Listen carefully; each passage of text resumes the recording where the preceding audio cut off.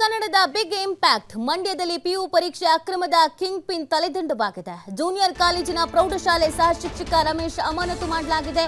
ಶಿಕ್ಷಣ ಇಲಾಖೆ ಉಪನಿರ್ದೇಶಕ ಶಿವರಾಮೇಗೌಡರಿಂದ ಆದೇಶವನ್ನು ಹೊರಡಿಸಲಾಗಿದೆ. ಶಾಂತಿನಿಕೇತನ ಪ್ರೌಢಶಾಲೆಯಲ್ಲಿ ನಡೆದಿದ್ದಂತ ಪಿಯು ಪರೀಕ್ಷಾ ಅಕ್ರಮ ಡಿಸೆಂಬರ್ 18ರಿಂದ 23ರವರೆಗೆ ಪಿಯು ಪರೀಕ್ಷೆಯಲ್ಲಿ ಅಕ್ರಮ ನಡೆದಿತ್ತು. ಇಲಾಖೆ ಪೂರ್ವಾನುಮತಿ ಪಡೆಯದೆ ಕಾನೂನು ಬಾಹಿರವಾಗಿ ಪರೀಕ್ಷೆಯನ್ನ ನಡೆಸಲಾಗಿತ್ತು. ಪಿಯು ಪರೀಕ್ಷೆ ಅಕ್ರಮದ ಬಗ್ಗೆ ವಿಸ್ತೃತವಾದಂತ ವರದಿಯನ್ನ ನಿಮ್ಮ ಟಿವಿ5 ಪ್ರಸಾರ ಮಾಡಿತ್ತು. ಟಿವಿ5 ವರದಿಯ ಬೆನ್ನಲ್ಲೇ ಪರೀಕ್ಷೆ ನಡೆದಂತ ಶಾಲೆಯಲ್ಲಿ ತನಿಖೆಯನ್ನ ನಡೆಸಿದ್ರು ಅಧಿಕಾರಿಗಳು. ತನಿಖೆ ವೇಳೆ ಪರೀಕ್ಷಾ ಅಕ್ರಮ ಬಯಲಾದಂತ ಹಿನ್ನೆಲೆಯಲ್ಲಿ ಶಿಕ್ಷಕನನ್ನ ಅಮಾನತು ಮಾಡಲಾಗಿದೆ.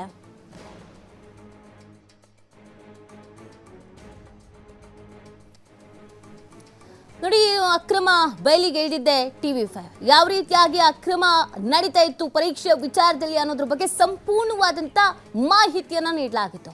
ಅಧಿಕಾರಿಗಳ ಗಮನಕ್ಕೆ ತರಲಾಗಿತ್ತು. ಇದಕ್ಕೆ ಸಂಬಂಧಪಟ್ಟಂತೆ ಸ್ಟ್ರಿಕ್ಟ್ ಆದಂತ ಆಕ್ಷನ್ ಅನ್ನು ತೆಗೆದುಕೊಳ್ಳಲೇಬೇಕು ಅನ್ನುವಂಥದ್ದು ನಮ್ಮ ಆಗ್ರಹ ಆಗಿತ್ತು.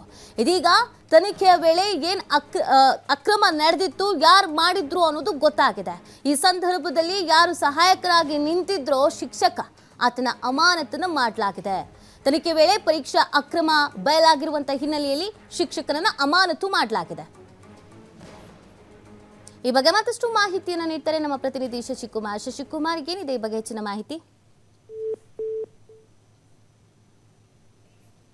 ಓಕೆ, ಸಂಪರ್ಕ ಕಡಿತ ಆಗಿದೆ. ನೋಡಿ, ಎಲ್ಲ ಪರೀಕ್ಷಾ ಕೇಂದ್ರಗಳಲ್ಲೂ ಕೂಡ ಹದ್ದಿನ ಕಣ್ಣನ್ನು ಇಡಲಾಗಿದೆ. ಪರೀಕ್ಷೆ ಅನ್ನುವಂಥದ್ದು ಪಾರದರ್ಶಕವಾಗಿ ನಡಿಬೇಕು ಅನ್ನುವಂಥ ನಿಟ್ಟಿನಲ್ಲಿ ಸರ್ಕಾರ ಕೂಡ ಪ್ರಯತ್ನ ಪಡ್ತಾ ಇದೆ. ಆದರೂ ಕೂಡ ಯಾವ ರೀತಿಯಾಗಿ ಗೋಲ್ಮಾಲ್ ನಡೀತಾ ಇದೆ, ಯಾಮಾರಿಸಲಾಗ್ತಿದೆ ಅನ್ನೋದ್ರ ಬಗ್ಗೆ ಗಮನ ಇಡಬೇಕಾಗತ್ತೆ. ಈ ಬಗ್ಗೆ ಟಿವಿ5 ವರದಿಯನ್ನು ಬಿತ್ತರಿಸಿತ್ತು.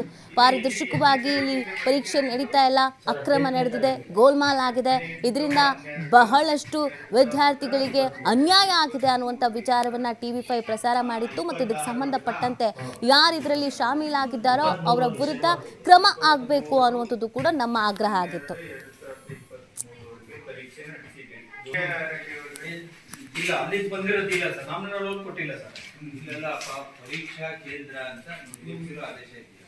ಈ ಬಗ್ಗೆ ಮತ್ತಷ್ಟು ಮಾಹಿತಿಯನ್ನು ನೀಡ್ತಾರೆ ನಮ್ಮ ಪ್ರತಿನಿಧಿ ಶಶಿಕುಮಾರ್. ಶಶಿಕುಮಾರ್, ಈ ವಿಚಾರಕ್ಕೆ ಸಂಬಂಧಪಟ್ಟಂತೆ ಟಿವಿ5 ವರದಿಯನ್ನ ಬಿತ್ತರಿಸಿತ್ತು. ಎಲ್ಲಿ ಅನ್ಯಾಯ ಆಗುತ್ತೋ ಅಲ್ಲಿ ನ್ಯಾಯ ದೊರಕಿಸಿಕೊಡುವಂತ ಕೆಲಸವನ್ನ ಟಿವಿ5 ನಿರಂತರವಾಗಿ ಮಾಡ್ಕೊಂಡು ಬಂದಿತ್ತು. ಎಷ್ಟೋ ವಿದ್ಯಾರ್ಥಿಗಳಿಗೆ ಅನ್ಯಾಯ ಆಗಿದ್ದರಿಂದ ಈಗ ಅಮಾನತು ಆಗಿ ಯಾವ ರೀತಿಯಾದಂತಹ ಶಿಕ್ಷೆಗೆ ಗುರಿಯಾಗಿದ್ದಾರೆ. ಹೌದು ನೀತಿ, ಏನು ಮಂಡ್ಯದ ನಾಗಮಂಗಲ ತಾಲೂಕಿನ ಹದ್ದಿಹಳ್ಳಿ ಹ್ಯಾಂಡ್ ಪೋಸ್ಟ್ ನಲ್ಲಿ ಇರ್ತಕ್ಕಂಥ ಶಾಂತಿನಿಕೇತನ ಅಂತೇಳಿ ಒಂದು ಶಿಕ್ಷಣ ಸಂಸ್ಥೆ ಏನಿದೆ, ಆ ಶಿಕ್ಷಣ ಸಂಸ್ಥೆಯಲ್ಲಿ ಅಕ್ರಮವಾಗಿ ಪಿಯು ಪರೀಕ್ಷೆಯನ್ನ ನಡೆಸಲಾಗ್ತಿತ್ತು.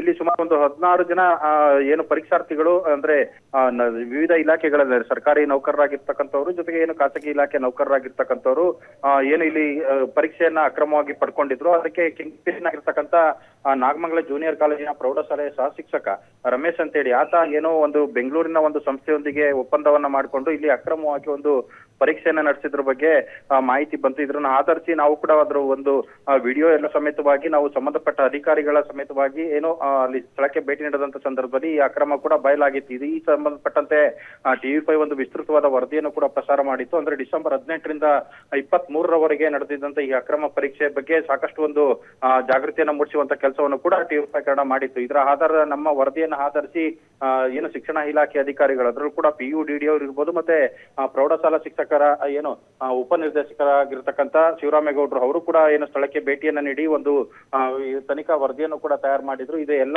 ತನಿಖೆನಲ್ಲೂ ಕೂಡ ಅಕ್ರಮ ಅಂತ ಅನ್ನೋದು ಸಾಬೀತಾಗಿರ್ತಕ್ಕಂಥದ್ದು. ಯಾವುದೇ ಒಂದು ಪರೀಕ್ಷೆ ನಡೆಸಬೇಕಂತ ಹೇಳಿದ್ರೆ ಸಂಬಂಧಪಟ್ಟ ತಹಸೀಲ್ದಾರ್ ಇರ್ಬೋದು, ಪೊಲೀಸ್ ಇಲಾಖೆ ಇರ್ಬೋದು, ಅಥವಾ ಸಂಬಂಧಪಟ್ಟಂತ ಏನು ಶಿಕ್ಷಣ ಇಲಾಖೆಯ ಅಧಿಕಾರಿಗಳ ಒಂದು ಅನುಮತಿಯನ್ನ ಪೂರ್ವಾನುಮತಿಯನ್ನ ಪಡ್ಕೊಂಡು ಎಲ್ಲಾ ರೀತಿಯ ಬಂದೋಬಸ್ತನ್ನ ಪಡ್ಕೊಂಡು ಆದ್ರೆ ಇಲ್ಲಿ ಯಾವುದೇ ತರದ ಒಂದು ಪೂರ್ವಾನುಮತಿಯನ್ನು ಕೂಡ ಪಡ್ಕೊಂಡಿರಲಿಲ್ಲ, ಮತ್ತೆ ಪರೀಕ್ಷೆಗೆ ಸಂಬಂಧಪಟ್ಟಂತೆ ಯಾವುದೇ ತರದ ಒಂದು ಅಗತ್ಯ ಕ್ರಮವನ್ನು ಕೂಡ ಕೈಗೊಂಡಿರಲಿಲ್ಲ. ಇಂತಹ ಒಂದು ಅಕ್ರಮದ ವಿರುದ್ಧವಾಗಿ ಏನು ಟಿವಿ5 ವರದಿಯನ್ನ ಪ್ರಸಾರ ಮಾಡಿತ್ತು. ಅದನ್ನ ಆಧರಿಸಿ ಇಲಾಖೆ ಅಧಿಕಾರಿಗಳು ಒಂದು ವಿಚಾರಣೆಯನ್ನು ನಡೆಸಿ ಅದರಲ್ಲಿ ಆರೋಪ ಸಾಬೀತಾದ ಹಿನ್ನೆಲೆಯಲ್ಲಿ ಶಿಕ್ಷಕನಾಗಿರ್ತಕ್ಕಂಥ ರಮೇಶ್ ಅನ್ನ ಈಗಾಗಲೇ ಶಿಕ್ಷಣ ಇಲಾಖೆ ಉಪನಿರ್ದೇಶಕ ಶಿವರಾಮೇಗೌಡರು ಅಮಾನತನ್ನು ಮಾಡಿ ಆದೇಶವನ್ನು ಹೊರಡಿಸಿರ್ತಕ್ಕಂಥದ್ದು. ಅಷ್ಟೇ ಅಲ್ಲ, ಈ ಹಿಂದೆ ಸಾಕಷ್ಟು ಜನರ ಕೈವಾಡ ಇರ್ತಕ್ಕಂಥದ್ದು. ಹೀಗಾಗಿ ಸಂಬಂಧಪಟ್ಟವ್ರ ಮೇಲೂ ಕೂಡ ಕ್ರಮವನ್ನು ಹಾಕ್ಬೇಕು ಅಂತ ಹೇಳಿ ನಾವು ಕೂಡ ಸ್ಥಳೀಯರು ಕೂಡ ಆಗ್ರಹವನ್ನ ಮಾಡ್ತಿರ್ತಕ್ಕಂಥದ್ದು. ಇಂಥ ಸಂದರ್ಭದಲ್ಲಿ ಬರೀ ಅಮಾನತು ಮಾಡಿದ್ರೆ ಸಾಕಾಗದು, ಈ ಪರೀಕ್ಷಾ ಅಕ್ರಮದಲ್ಲಿ ಯಾರೆಲ್ಲ ಭಾಗಿಯಾಗಿದ್ದಾರೆ ಅವ್ರ ವಿರುದ್ಧವೂ ಕೂಡ ಕ್ರಮ ಆಗ್ಬೇಕು ಅನ್ನೋದು ಕೂಡ ಈಗ ಸಾರ್ವಜನಿಕರಿಂದ ಕೇಳಿ ಬರ್ತಾ ಇರ್ತಕ್ಕಂಥದ್ದು. ಒಟ್ಟಾರೆ ಏನು